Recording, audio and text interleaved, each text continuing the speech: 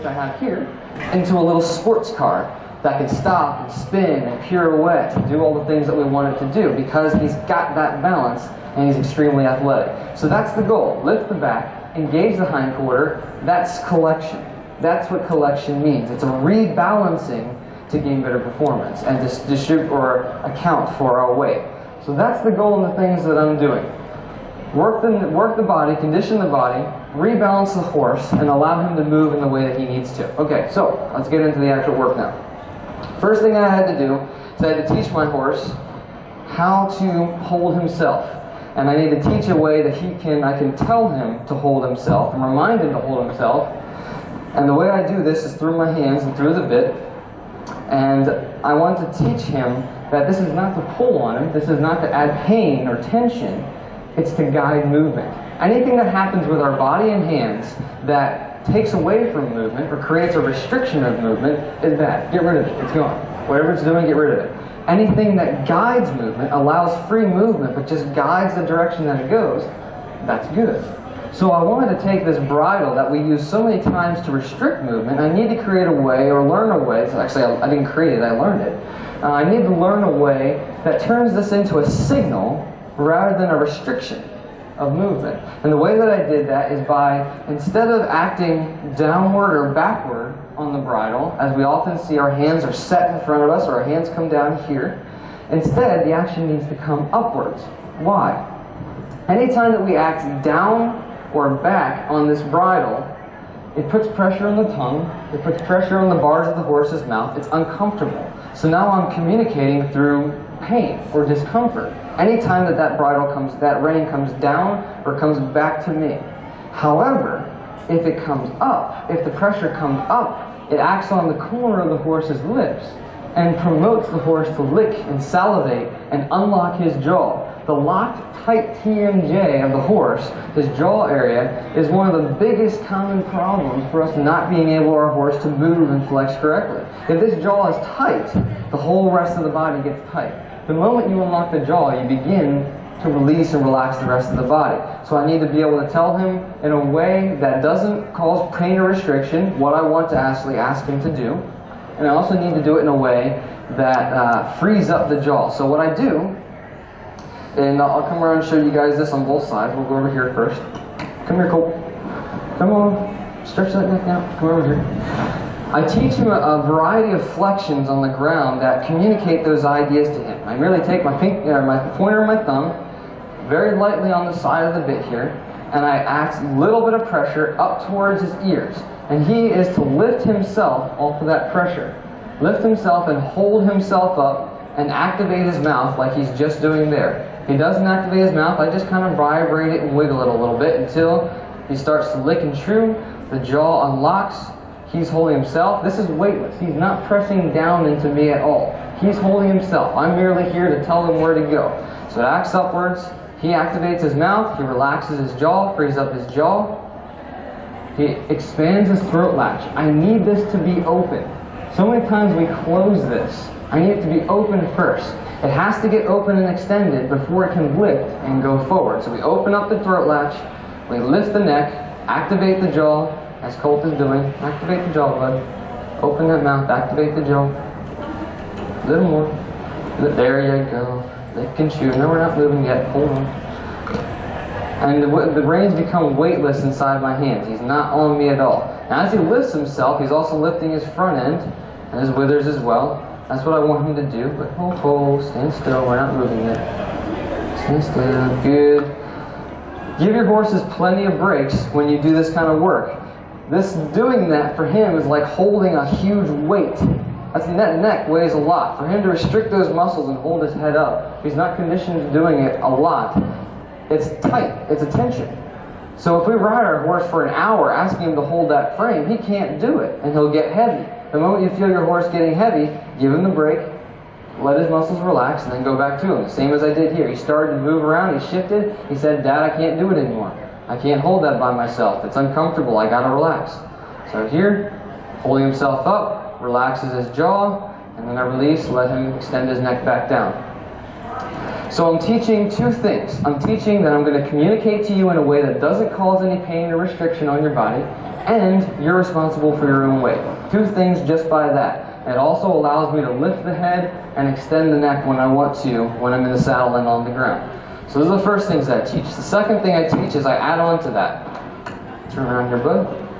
I add on to that. Now I ask him to do that, but also stretch the long muscles of his neck. And I'll do that one long muscle at a time, one side at a time. So I'll ask him to lift like he did before, open his throat latch, engage his neck muscles.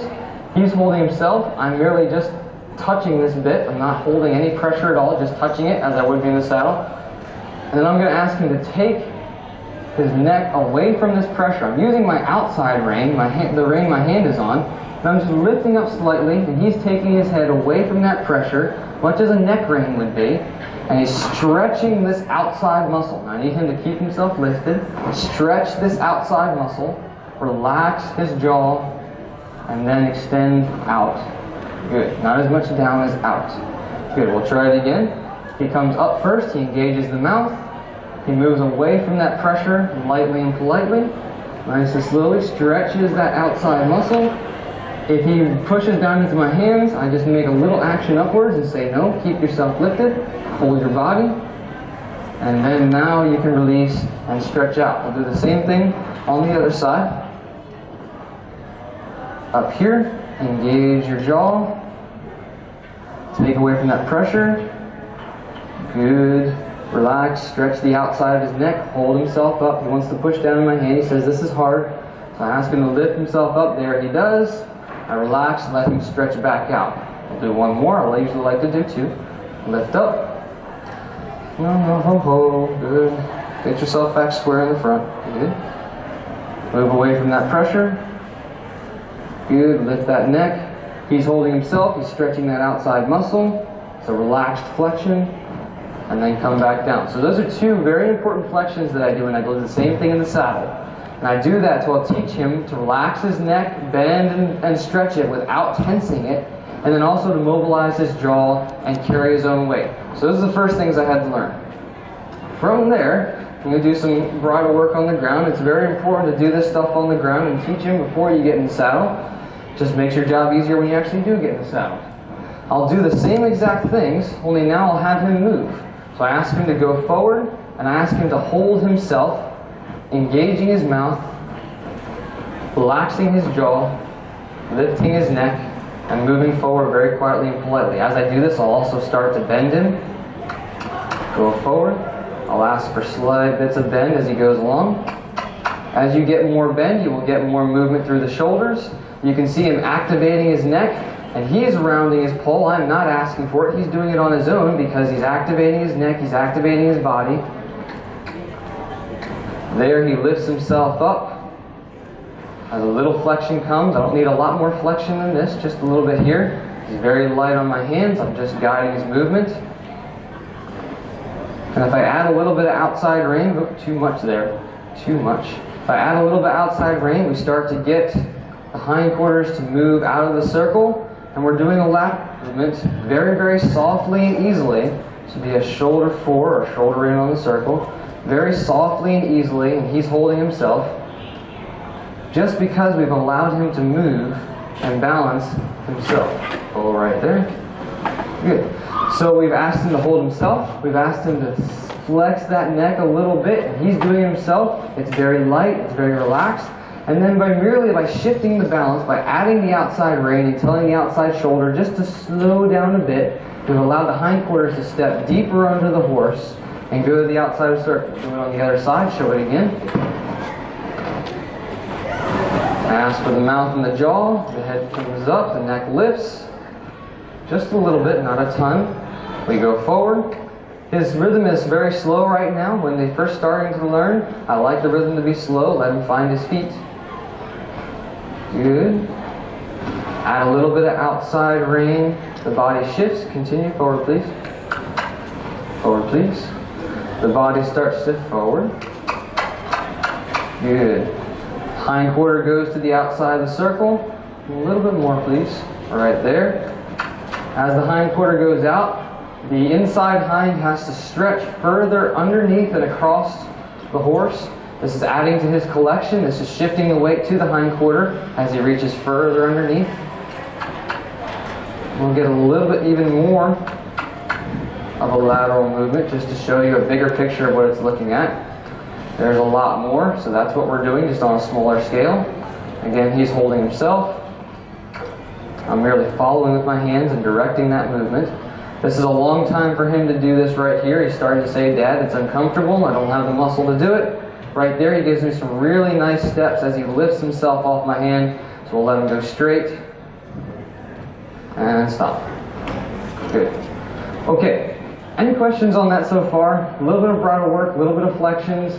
Any questions on those ideas that we're communicating so far? We've got working on self-collection. Yes. It is a snaffle. Yeah, it's a Western style snaffle. It's made by Tom Balding. I love it. I love working with it. The horses seem to like it. But I primarily just work with the snaffle unless I'm going into a competition that I don't need to, or I have to use something else. Snaffle, you can do all of this work with a bitless bridle or a bossel or a boselle, depending on what side of the country you're on. All that, you can do all that with this. I'm actually looking in to start making and selling particular boselles that I love to work with, because it makes it so easy to get out of our horse's mouth and remove that restriction until the hands work well enough to give it the bit. Yeah.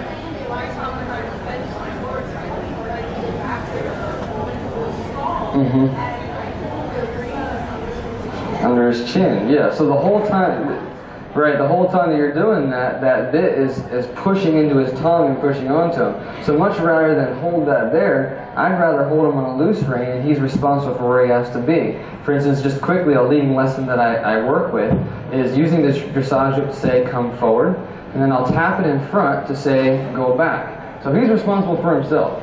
So we go forward, we go back. And then that becomes locked onto my body that now I go forward or I go back. And he just follows it there so I don't have to hold it. So that's something you can work on to work with that so you don't have to actually hold it. Yep, similar idea, just different. All right, so those are, any other questions? Those are some, yeah.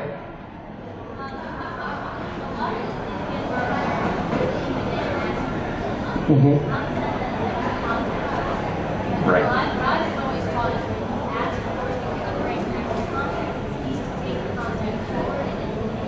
Very, very good question. Yep. Great question. Okay, the question was about the contact, riding with contact and the horse accepting the contact. And that she was saying that she traditionally was taught that when you gather up your reins and you take the bit, you want the horse to take the bit and take the contact himself. Very good question. There's two different types of horses. There's horses that naturally travel very, very long and very, very low, and they need to be taught to actually lift. And there's horses that are like giraffes that go like this all the time, and you need to teach them to go out. Same thing applies, only now when I do these flexions and I work with him in hand, it's the same contact. He is to accept the contact, but he's to follow it lightly rather than take it and push into it. I want him to, when he feels that it's not there, he searches for it, but as soon as he gets it, he just barely touches it. So the way I teach that, and Colt's one of those horses that if I let the reins go, he's going to dive into the ground because that's what I taught him to do for years, unfortunately. So he needs to be taught to lift, which I often forget that there's another type of horse, which often there is. So the way to teach that is something that...